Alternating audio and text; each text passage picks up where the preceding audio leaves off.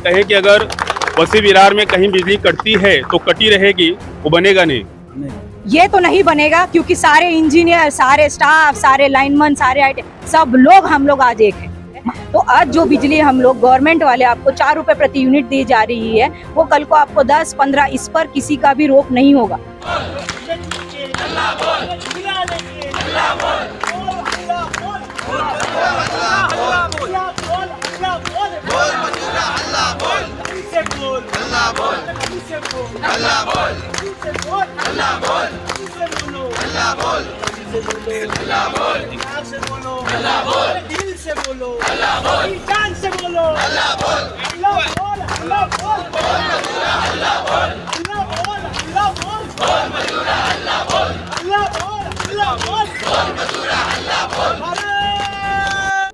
इस वक्त हम खड़े हैं वसई में, और वसई में तमाम तरह के बोर्ड लेके यहाँ पे लोग खड़े हैं जिसपे लिखा हुआ है अडानी हटाओ देश बचाओ।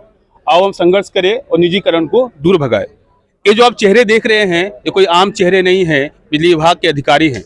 और ये जो बिजली विभाग है प्राइवेट हाथों में जा रहा है, जिसको लेके ये सभी नाराज हैं। नाराज क्यों है और इनकी नाराजगी क्या है, इनसे हम जानेंगे और बात करेंगे कि अगर प्राइवेट हाथों में गया तो क्या होगा, बिजली विभाग घाटे में जाएगी या फायदे में आएगी। मैडम, आंदोलन क्यों हो रहा है और क्या वजह है? आंदोलन सिर्फ एक ही कारण की वजह से हो रहा है, जो है खाजगीकरण, निजीकरण। निजीकरण अगर कर देंगे तो जनता इसमें आगे जाकर के बहुत ज़्यादा परेशान हो जाएगी। परेशान क्यों हो जाएगी, क्या वजह है? देखो, सीधी बात है, जैसा जियो ने पहले आप लोगों को फ्री में data, unlimited data, limited data ऐसा किया है, और आज जिस हिसाब से आपको महीने का 2 महीने का रिचार्ज कराने के लिए 600 रुपये जेब से निकालने पड़ रहे हैं, तो आज जो बिजली हम लोग गवर्नमेंट वाले आपको 4 रुपये प्रति यूनिट दी जा रही है, वो कल को आपको 10-15 इस पर किसी का भी रोक नहीं होगा। आज अगर शासन आपको या हम लोग इस तरह से आपका कर रहे हैं तो इसमें सिर्फ जनता का हित है, इसमें हम लोगों की कोई अलग से मांगनी नहीं है। हम लोगों का बस एक ही मांगना है, ये धरने का उद्देश्य सिर्फ एक है, निजीकरण रद्द किया जाए, बस। वसई विरार के तमाम कार्यालयों से तमाम यहाँ पे अधिकारी आके खड़े हैं, कर्मचारी खड़े हैं। अगर इस बीच में वसई विरार में कहीं कोई दुर्घटना घटती है, कुछ होता है, तो वहाँ पे क्या कर्मचारी हैं या फिर जनता को इस आंदोलन का भुगतान करना होगा? ये देखो, पहली बात तो मैं ये बताना चाहती हूँ कि जैसा कोरोना का प्रादुर्भाव हुआ था, उस समय यही लोग जो आज यहाँ सब कुछ खड़े हैं, उस समय भी वसई विरार का सप्लाई बंद नहीं हुआ था। उस समय भी हम लोगों ने हमारी जान पर खेल करके, हमारे कर्मचारियों ने दिन रात एक कर करके उनको लाइट दी है। आज प्रशासन को ये हमने बस आज अचानक आ गए और सम किया है या धरने पे बैठे, ऐसा नहीं है। इस बारे में इन लोगों को महीना 2 महीना पहले से सूचित किया जा रहा था कि ये निजीकरण को रोके, लेकिन ये लोगों ने इसको बिल्कुल भी सीरियसली नहीं लिया, और यही कारण है हम लोगों का कि आज हम लोगों को 72 घंटों का ये पुकारा देना पड़ रहा है। अगर ये पुकारा में आज जनता सफर भी होती है तो उनके लिए मैं क्षमा चाहती हूँ, लेकिन ये अंधेरा आपको आगे कितना उजाला देगा, ये बस हम लोग या जनता या महाराष्ट्र गवर्नमेंट को समझ में आ जाए। कहे कि अगर वसई विरार में कहीं बिजली कटती है तो कटी रहेगी, वो बनेगा नहीं। ये तो नहीं बनेगा क्योंकि सारे इंजीनियर, सारे स्टाफ, सारे लाइनमैन, सारे आईटी सब लोग हम लोग आज एक हैं। महावितरण के सारे कर्मचारी आज इसी के लिए धरना कर रहे हैं कि ये खाजगीकरण, ये निजीकरण रोक दिया जाए। जी, निजीकरण जो है, जो शहर है, हम बात करें नई मुंबई, पुणे, पालघर, नासिक, इन जगहों पे निजीकरण हो रहा है, लेकिन जो गांव इलाका है जहां पे ग्रामीण हैं, वहां पे निजीकरण नहीं हो रहा है। क्या वजह है?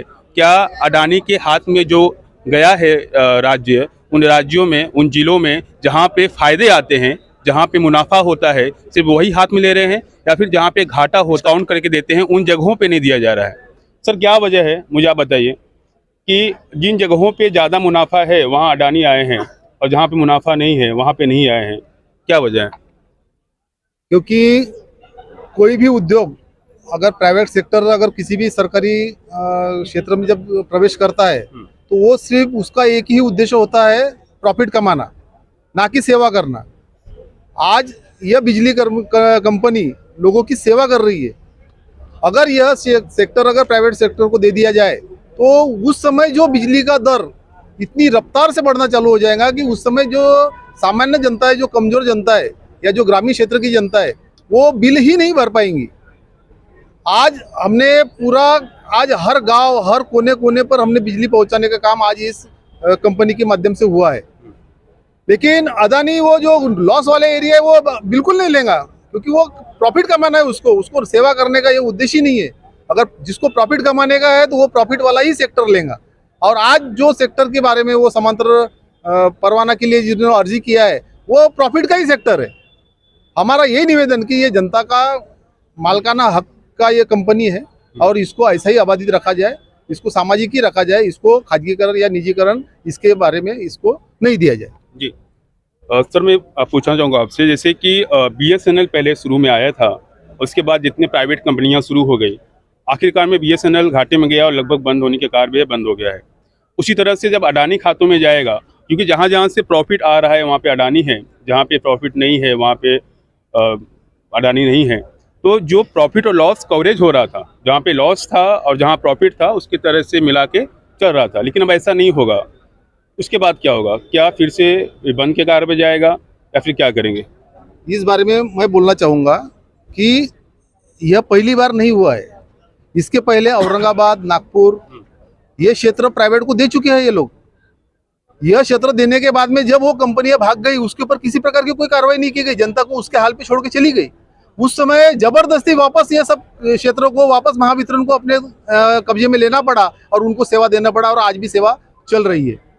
अगर ये प्राइवेट सेक्टर को ऐसे कोई गारंटी नहीं है कि ये पूरा करेगा ही, इसको अगर प्रॉफिट नहीं हुआ ये तुरंत जनता को उनके हाल पे छोड़ के भाग जाने वाले। अब इसके ऊपर किसी का पाबंदी नहीं है।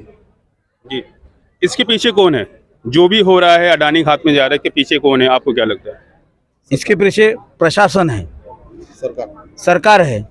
मैं पहला ये प्रसार माध्यमों को धन्यवाद देना चाहता हूँ कि हमने जो कंपनी खाजगीकरण के बारे में जो संप का उठाव लिया है, आपने आके हमारा को सपोर्ट किया है। उससे मैं जनता को भी यही कहूँगा कि भाई ये अपनी खुद की कंपनी है, ये अपनी मालिक की कंपनी, मालिकी की कंपनी है, इसे दूसरे के हाथ में ना देना। और हमने जो संप किया है उसको सब जनता ने सपोर्ट करना, यही मैं ये माध्यम से कहना चाहता हूँ। और भी जो भी तकलीफ हुआ है, जनता को जो तकलीफ हुआ हूँ, उससे हम सब लोग आपसे क्षमा मांगते हैं, क्योंकि हमें ये तकलीफ आपको देना नहीं चाहते थे। क्योंकि ये लोगों ने 2 महीने से हमने बताया कि हम स्ट्राइक, ये मत बेचो, फिर भी ये लोग सुने नहीं। इसके लिए हमको संप करना पड़ता है, और इसके लिए जो भी तकलीफ हुआ है उसको पब्लिक को हम क्षमा मांगते हैं। अगर ये आंदोलन ऐसे रहा और अडानी के हाथों में चला गया, आपकी बात नहीं मानी सरकार ने, तो आप क्या करेंगे? अगला कदम क्या होगा? अगला कदम ये ऐसा ही आगे बढ़ेगा और हमारा ये लड़ाई चालू ही रहेगी। इस बारे में हमने पहले ही गवर्नमेंट को सूचित किया गया है। यह सिर्फ 72 घंटे का ये स्ट्राइक है। इसके बाद में अगर सरकार हमारा ये जो भी हमने डिमांड किया है अगर उसको पूरा नहीं करती है और निजीकरण नहीं रुकाती है, तो 18 तारीख से हम बेमुदत स्ट्राइक पर जाने की तैयारी में है। जी, ये आंदोलन यहाँ पे थमने वाला नहीं है, आंदोलन काफ़ी लंबा जाएगा। वजह है कि प्राइवेट सेक्टर में बिजली विभाग जा रहा है, अडानी खातों में जा रहा है, जिसको लेके अधिकारी काफ़ी नाराज़ है। जब तक आंदोलन है, अगर इस बीच में अगर बिजली कटती है कहीं पे, तो वहाँ पे बिजली दोबारा नहीं आएगी, क्योंकि सभी कर्मचारी यहाँ पे हैं। देखना होगा आने वाले वक्त में क्या ये आंदोलन ऐसे रहेगा या सरकार उनकी बात सुनेगी। तो दूसरे साथ में ओके न्यूज़।